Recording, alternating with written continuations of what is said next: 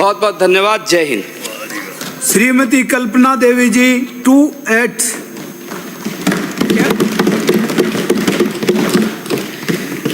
माननीय सभापति महोदय, आपने मुझे मांग संख्या 56 एवं मांग संख्या 45 वन और पर्यावरण पर बोलने का अवसर प्रदान किया, उसके लिए धन्यवाद।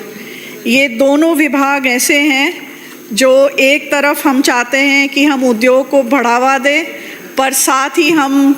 कैसे हमारे पर्यावरण को संभालें और सुरक्षित रखें, ये एक बहुत ही मुश्किल काम होता है। परंतु अगर हम इसका ध्यान नहीं दें तो ना तो ढंग से हमारे उद्योग का बढ़ावा होगा और ना ही हम अपने पर्यावरण को सुरक्षित रख पाएंगे। मैं सर्वप्रथम माननीय मुख्यमंत्री जी ने जिस तन्मयता से राइजिंग राजस्थान का सफल आयोजन किया, उसकी तारीफ करती हूँ और उनको बहुत बहुत धन्यवाद देती हूँ।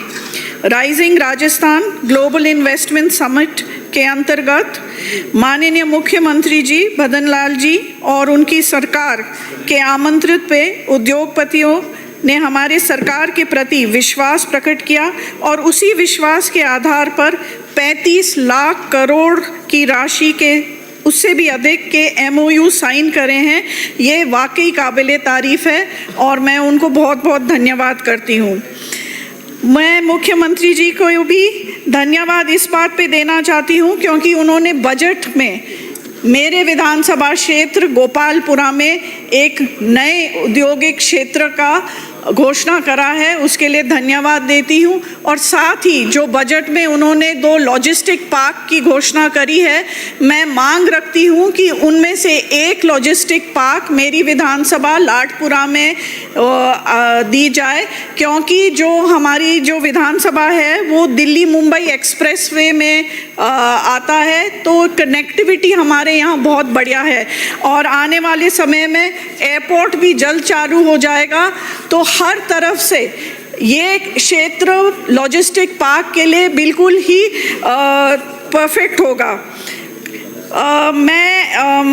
ये जो गोल्डन अपॉर्चुनिटी हमें मिल रहा है एक्सप्रेसवे की वजह से जो जल्द चालू हो जाएगा, इसमें मैं कहना चाहती हूँ कि पहले कोटा को औद्योगिक नगरी के नाम से पहचाना जाता था। आज़ादी के बाद कोटा में देश के बड़े औद्योगिक घराने ने कई फैक्ट्रियां लगाई हैं और उन्होंने देश के विकास के लिए उत्पादन एवं योगदान किया है। इसमें मैं सब फैक्ट्रियों के नाम नहीं लेना चाहती, परंतु दुख के साथ कहना चाहती हूँ कि पिछले 10-15 साल से कई फैक्ट्रियां कोई कारण से, आप लाल फीताशाही के कह रेड टेप हो या कोई कारण हो, जिसके वजह से काफ़ी सारी फैक्ट्रियां बंद हो गई हैं। मैं मांग करती हूँ कि अब जब हमारी कनेक्टिविटी और इंफ्रास्ट्रक्चर और बेहतर हो गई है तो हम ऐसे सिस्टम्स प्लेस में डालें कि उद्योगपतियों को इतना मुश्किल नहीं हो और इतने रेड टेप का सामना नहीं करके वो आसानी से अपने उद्योग यहाँ स्थापित कर सके। कोटा की एक और पहचान होती है कोटा स्टोन से, कोटा कचौरी से, कोटा साड़ी से और कोटा कोचिंग से। मैं मांग करती हूँ कि जो कोटा स्टोन है ये मशहूर है हमारा क्षेत्र और यूरोप और मिडल ईस्ट में इस स्टोन का बहुत ज़्यादा मांग रहती है और इसके वजह से मैं एक जो अलग पहचान हमारे क्षेत्र की है, मैं मेरे से पूर्व हमारे कोटा दक्षिण के विधायक संदीप शर्मा जी ने भी एक मांग रखी है कि कोटा स्टोन को GI टैग दिया जाए, तो मैं उनकी बात को मैं भी समर्थन करती हूँ। एक मांग जो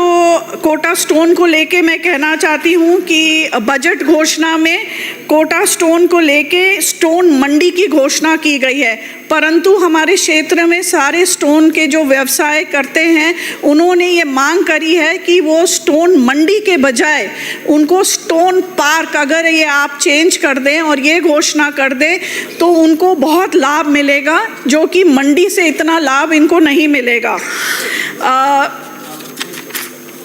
एक समस्या जो ये हमारे क्षेत्र में उद्योगपति कर रहे हैं कि यदि वे स्वयं की भूमि का उपयोग उद्योगों के लिए किया जा रहा है तो रूपांतरण के लिए एकल खिड़की मंजूरी प्रणाली मौजूद होनी चाहिए, जिससे कि क्लियरेंस के लिए अवधि निर्धारित की जाए ताकि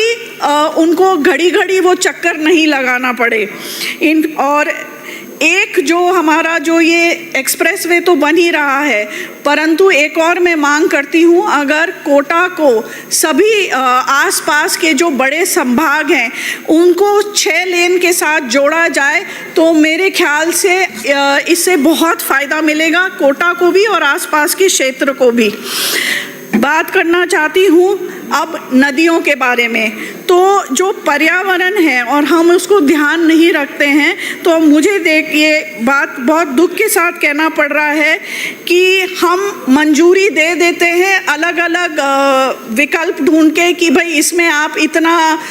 जैसे कि रिवर फ्रंट में माननीय पूर्व मंत्री जी बोल रहे थे कि एनजीटी का क्लियरेंस क्योंकि इतना ओपन एरिया है और इतना बिल्टअप एरिया है, ये तो सब बहाने होते हैं जब आपको कुछ करना पड़ता है। परंतु हमारा मेन उद्देश्य होना चाहिए कि हम हमारे फ्यूचर जनरेशन्स के लिए कैसे हम हमारे पर्यावरण को संरक्षित रख रहे हैं। और इसके लिए मैं कहना चाहती हूँ कि जो चंबल नदी है इसमें घड़ियाल हैं और मगरमच्छ भी है, और आए दिन जो इलीगल फिशिंग के कारण जो वो ब्लास्टिंग करते हैं तो उससे जो मगरमच्छ भी मरते हैं और दूसरे वन्य जीव को भी नुकसान होता है। तो माननीय मुख्यमंत्री जी और मंत्री जी से मैं निवेदन करना चाहती हूँ कि इसमें थोड़ी सख्त कार्रवाई करी जाए ताकि ये ब्लास्टिंग और इलीगल फिशिंग हमारे क्षेत्र में नहीं हो। साथ ही जो हमारे क्षेत्र में वेटलैंड है या तालाब हैं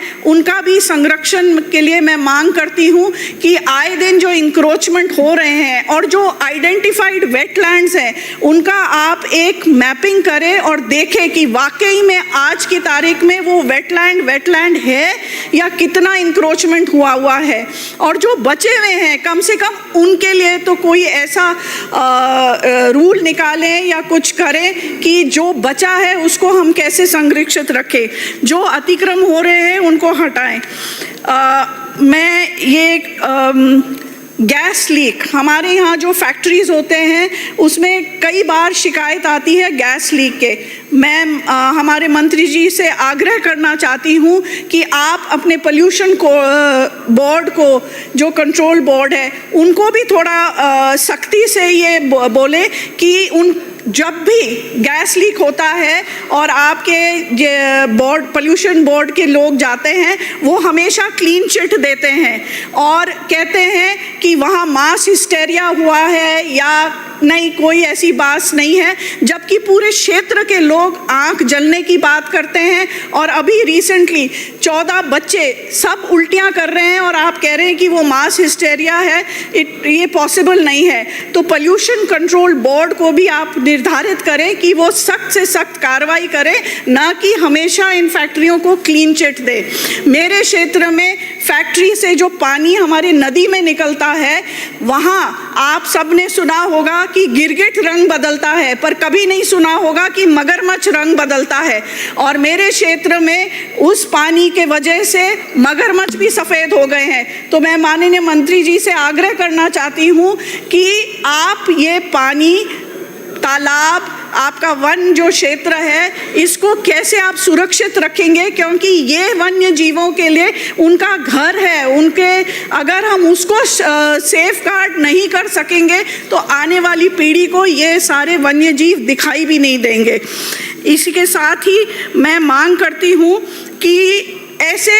हमारे गांव है जैसे केबल नगर है, ये आज़ादी के पहले से बसा हुआ है और अब आप कह रहे हैं कि उनको पट्टे नहीं मिलेंगे क्योंकि ये फॉरेस्ट में आ रहा है। मैं आपसे, आपके माध्यम से सभापति जी मांग करती हूँ कि ऐसे क्षेत्र जो आज़ादी के पहले से बसे हुए हैं इनको आप दोबारा देखें और इनमें पट्टे देने का कार्य करें ताकि इनको आने वाले समय में इनको ये दिक्कत का सामना नहीं करना पड़े। साथ ही ऐसे ही मेरी मंडी है भामाशाह मंडी, जो एशिया की सबसे बड़ी मंडी मानी जाती है। इनको भी फॉरेस्ट क्लियरेंस के वजह से विस्तार करने में, जो कि बजट घोषणा में इसके विस्तार के लिए घोषणा की गई है, परंतु फॉरेस्ट क्लियरेंस के वजह से वो विस्तार नहीं हो पा रहा है। तो आपसे मांग करती हूँ कि इसके लिए कोई विकल्प ढूंढे और